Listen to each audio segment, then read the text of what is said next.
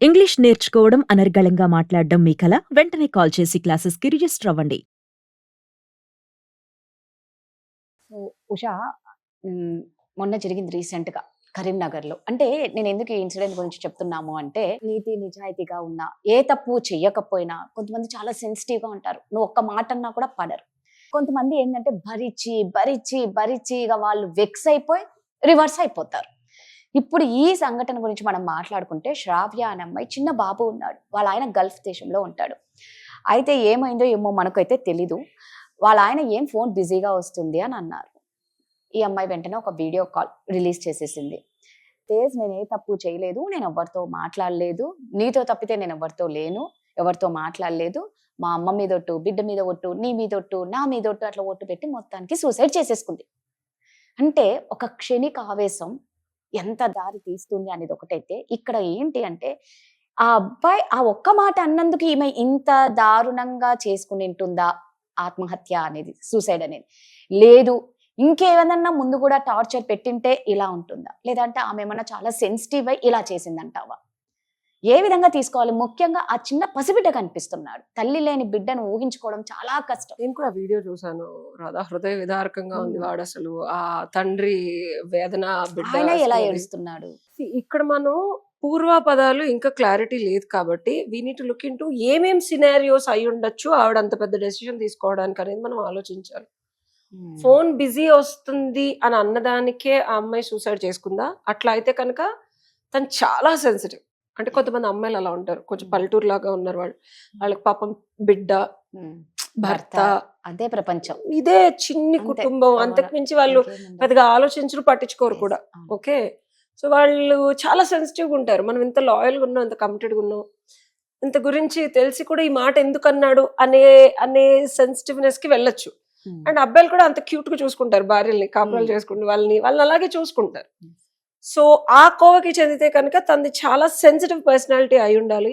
And అది తట్టుకోలేక, Hmm. అంటే ఇంకా మనకి రిలీజ్ అయింది ఓన్లీ ఆ మాటే, కానీ ఇంకేమన్నా అనుంటే ఆ అమ్మాయి కొంచెం భావోద్వేగానికి గురై భర్తే అసలు ఇలా అంటే నేను ఇంత లాయల్ గా కమిటెడ్ గా ఉన్న తర్వాత నేను ఐ కాంట్ హ్యాండిల్ అనే సిచ్యువేషన్ లో చేసుకొని ఉండాలి. If she is sensitive and weak minded, she can't handle stress. Yes. చిన్న మాట కూడా పడలేరు. తప్పు చేయనప్పుడు ఎస్పెషల్లీ ఆడదాన్ని అవును. Comes to the Yes. Character తీసుకోలేరు అమ్మాయిలు. అస్సలు చాలా సెన్సిటివ్ తీసుకోలేరు. గా ఉంటారు. అవును. Either they try to prove Hmm. Or పోట్లాడతారు. ఈ అమ్మాయి పోట్లాడలా, అవును. Didn't fight back. So she proved Hmm. నేను తప్పు కదని. సో అది ఎంత డీప్ గా ఆ అమ్మాయి సఫర్ అయితే పిల్లాడిని కూడా వదిలేసి Okay. కళ్ళ ముందు నేను ఏదైనా చేసుకుంటే పిల్లాడికి ఏమైందా అంటాం కన్నా భర్తకి నేనేంటి అని చూపించాలనే Hmm. అనే ఇది ఎక్కువ ఉంది. సో అది కొంచెం చాలా వీక్ మైండ్ అయితే కనుక కన్సిడర్. అది కాదు, వీళ్ళిద్దరి మధ్యలో ఇప్పుడు ఇతను దూరంగా ఉంటున్నాడు, ఈ అమ్మాయి ఇక్కడ ఉంటుంది. సో ఇతను బయటకు వెళ్ళిన దగ్గర నుంచి నిజంగా ఏమైనా అనుమానాస్పద సిచ్యువేషన్స్, అంటే ఇతను రెగ్యులర్ గా ఫోన్ చేసినప్పుడు అమ్మాయి ఏమైనా మాట్లాడటమా, ఏమైనా కేసులో మనకి ఏమైనా హిస్టరీ ఉందా, ఏమన్నా అంతకుముందు ఈ అమ్మాయి మాట్లాడుతుంటే అబ్బాయి ఏమైనా చూసి క్వశ్చన్ చేయడం జరిగిందా, లేకపోతే పట్టుబట్టడం జరిగిందా, అదేమన్నా ప్రూవ్ చేయడానికి ఇంత పెద్ద అగాయిత్యం చేసిందా, ఇట్స్ సెకండ్ సినారియో. బట్ ఇట్లా అంటే మిస్అండర్స్టాండింగ్ అనేది ఎక్కడికి దారితీస్తుందో. అసలు ఇది చాలా వ్యాలిడ్ కాంటెక్స్ట్ భార్యాభర్తల మధ్యలో. Especially Hmm. అన్ని గొడవలకి మూల కారణం నేను తప్పించి ఇంకెవరితో అన్నా మాట్లాడుతున్నావా, Hmm.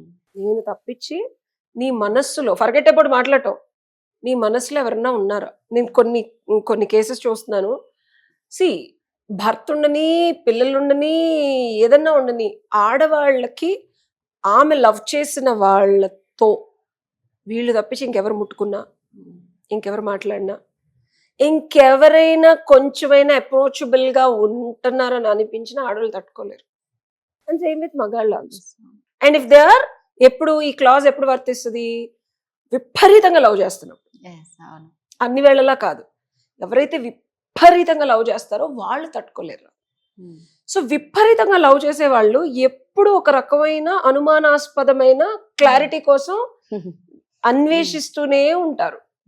నాతోనే ఉందా, నాతోనే ఉందా, నాతోనే ఉందా. Hmm. అంటే వీడికి చాలా ఎక్కువ లవ్ ఉంటుంది, ఎదుటోళ్ళకి ఉందో లేదో తెలియదు.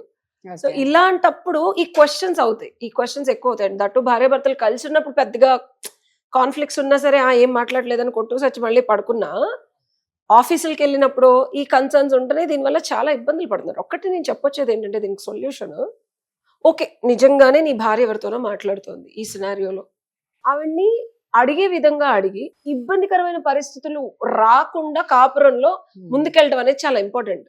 ఎందుకంటే ప్రతి రిలేషన్షిప్ లో 20-30 years లో ఎవరొకరితో మాట్లాడుద్ది, కూరగాయలు ఆడుతానో లేకపోతే అంతెందుకు పనుల్లో ఏదో ఒక ఎవర్షన్ వస్తుంది. నువ్వేదో చేయలేదో వాడిదో అట్రాక్టివ్ గా ఉన్నారు ఇప్పుడున్న కాలమాన పరిస్థితుల్లో, పాతకాలంలో కాదు. అలా వచ్చినప్పుడు రెక్టిఫై చేసుకొని ముందుకెళ్ళి మళ్ళీ రిలేషన్షిప్ ని ప్యాచ్ వర్క్ చేసుకోవాలి. కానీ వాళ్ళని తిట్టి, బూతులు తిట్టి, కొట్టి, అన్నెసెసరీ రప్చర్స్ క్రియేట్ చేసుకొని, ఫోన్లు చూసి, స్కాన్లు పెట్టి ఇలా చేయడం వల్ల బ్రేక్ అవుతుంది రిలేషన్షిప్. నువ్వు ఇంత చేసేది దేనికి, అనుమానం దేనికి? కలిసి ఉండడానికి, చచ్చిపోవడానికి, నువ్వు చంపుకోవడానికి కాదు కదా. నీకు అనుమానం ఎందుకు వస్తుంది? ఎక్కువ ప్రేమతో వస్తుంది. ఆ ప్రేమ నిలుపుకోవడానికి ప్రయత్నిస్తావా, తుంచుకోవడానికి ప్రయత్నిస్తావా? నువ్వు చెప్పు. నిలుపుకోవడానికి ప్రయత్నించేటప్పుడు ఏం చేస్తే నీకు నిలుపుకుంటావు? అవతల వాళ్ళు మనం ఎక్కువ ఇబ్బంది పెట్టకుండా ఎలా మనకు కావాలి ఏదని కొంచెం మెల్లగా దారికి తెచ్చుకోవాలి. దారికి నీ దారికి వాళ్ళని తెచ్చుకోవాలి. అలా చేస్తే నువ్వు నిలుపుకుంటావు. ఇప్పుడు ఈ అబ్బాయి చేయడం వల్ల ఏమైంది అంటే అబ్బాయి కూడా ఊహించలేదు. అంటే ఇక్కడ నేను మళ్ళీ చెప్తున్నా, ఊహించలేదు కాదు. ఆ అబ్బాయి ఏం చేశాడని మనకు తెలియదు. నేనేమనుకుంటున్నానంటే డెఫినెట్ గా మగాడిగా దూరం ఉండటం వల్ల అతను అరవటమో, తిట్టడమో, కాన్ఫ్లిక్ట్ జనరేషన్ అయి ఉంటుంది డెఫినెట్ గా యాజ్ అన్ అనలిస్ట్. అది తీవ్ర స్థాయిలో ఉన్నప్పుడు ఈ అమ్మాయి తట్టుకోలేక అంత అగాయిచ్చానికి ఒడిగట్టు ఉంటుంది. ఎందుకంటే చిన్న మాటకి ఎవడో చచ్చిపోటు రాదా. ఐ డోంట్ బిలీవ్ ఇన్ ఎందుకు ఫోన్ బిజీ వచ్చింది అన్నదానికైతే వెళ్ళి ఉరి తీసేసుకోరు ఎవరు. అంటే ప్రాణాన్నే బలిగా ఇచ్చిందంటే నువ్వు కాన్ఫ్లిక్ట్ ని రిజాల్వ్ చేసుకొని నువ్వు కమ్మగా నీ దారికి తెచ్చుకోవాలి. ఆడది చాలా సెన్సిటివ్. కొంచెం ఇలా దువ్వి కబుర్లు చెప్పేది కాదు బంగారం అని వచ్చేస్తుంది.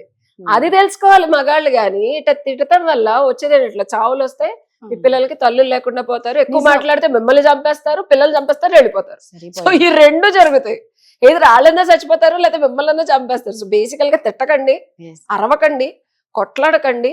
ఇబ్బందికరమైన పరిస్థితులు ఏదొచ్చినా, నిజంగా ఇంకోళ్ళతో వెళ్ళిపోయినా, అది చేసి వచ్చినా అమ్మ బాబు బుజ్జి అని కాళ్ళ వెళ్ళపడండి. పిల్లలు ఉన్నారు, పిల్లలు లేకపోతే మీరు ఏమైనా చేసుకోండి, చావండి, డివోర్సులు తీసుకోండి. బట్ పిల్లలు పుట్టిన తర్వాత ఏ పిచ్చాశాలు ఎవరేసినా సరే రిలేషన్షిప్ ని వర్క్ చేయడానికి ట్రై చేయండి.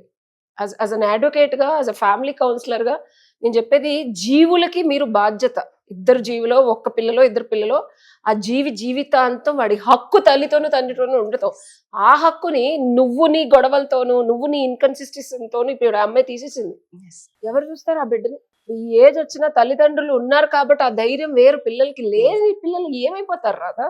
సో అది దృష్టిలో పెట్టుకోండి. మీరు ఏదైనా చేసే ముందో, అరిచే ముందో, తిట్టే ముందో, చచ్చే ముందో ఆ పిల్లల భవిష్యత్తు ఏంటి, ఆ పిల్లలు ఎలా పెరుగుతారు, ఒక తల్లి ఆలన పాలన లేక, ఒక తండ్రి ప్రెజెన్స్ లేకపోతే ఆ పిల్లల భవిష్యత్తు అయినా కష్టంగానే ఉంటది. బట్ మీరు కనుక మీ తల్లిదండ్రులు లేకపోతే మీ జీవితం ఎలా ఉంటది అనేది ఒకసారి ఆలోచించుకోండి before you make any choice. అయితే నేనేం చెప్పదలుచుకున్నాను అంటే, దయచేసి మిస్అండర్స్టాండింగ్ తో, క్షణిక ఆవేశంతో పిల్లల్ని మాత్రం చూసుకోండి. మీరు ఏవేవో చేసేసుకుంటే ఈరోజు ఆ తల్లి లేని బిడ్డ ఏడుపు నిజంగా చూస్తూ ఉంటే ఎంత బాధ వేస్తుందంటే, మళ్ళా ఒక్కసారి వెళ్తే ఆ తల్లిని తిరిగి తీసుకొని రాలేము. ఇలాంటి మళ్ళా జరుగుతుంది అని అనుకుంటున్నా. Thank you so much. Thank you.